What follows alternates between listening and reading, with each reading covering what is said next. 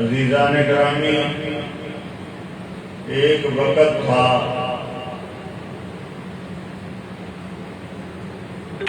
کہ جام پور میں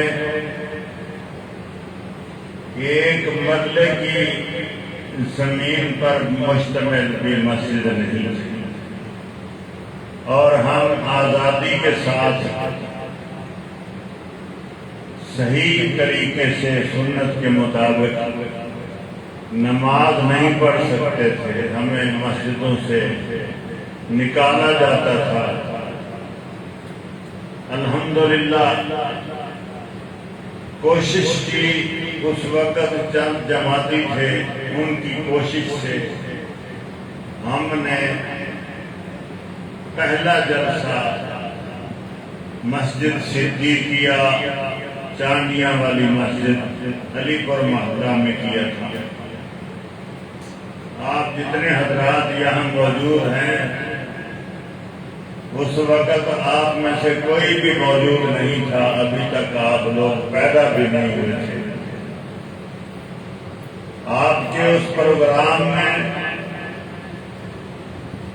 پاکستان کے عظیم خطباء، علماء، صلحاء، مناظرین تشریف لائے تھے۔ 2 روزہ پروگرام ہوا تھا، جس میں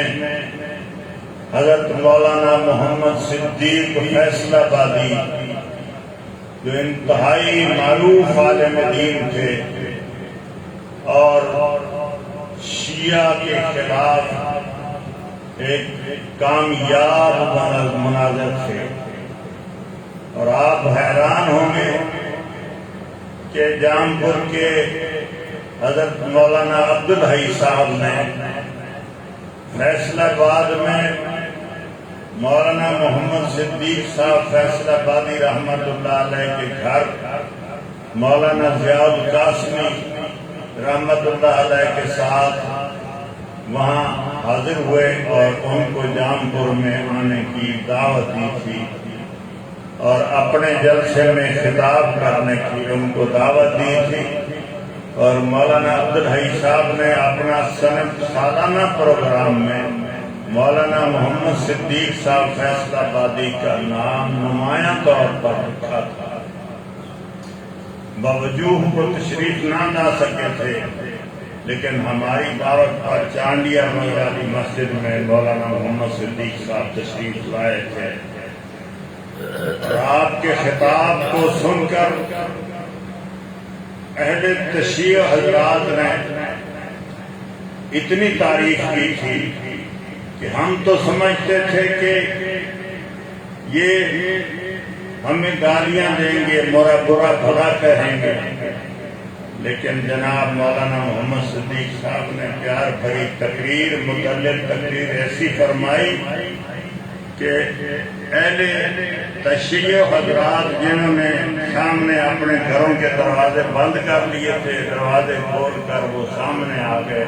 اور انہوں نے مولانا صاحب کی تقریر کو سنا۔ اسی طرح اس وقت حضرت مولانا محمد رفیق مدرپوری رحمت اللہ علیہ بہت بڑے خطیب تھے اہل حدیث کے، انہوں نے اس اجتماع میں خطاب کیا، اور آخری خطاب تھا خطیب پاکستان حضرت مولانا محمد حسین شیخ پوری رحمت اللہ علیہ۔ عالم جوانی میں مولانا شیخ پوری صاحب جام پور تشریف لائے تھے۔ آپ میں سے ہر شخص مولانا کے نام کو جانتا ہے اور معترف ہے۔ مولانا محمد حسین شیخ پوری جام پور میں جوانی کے عالم میں تشریف لائے تھے، اور 3.5 گھنٹے تک مولانا محمد حسین شیخ پوری نے چانڈیا والی مسجد میں خطاب فرمایا تھا۔ صوفی کریم بخش صاحب جو دیوبند کے بڑے معروف لیڈر تھے، انہوں نے مجھے خود کہا تھا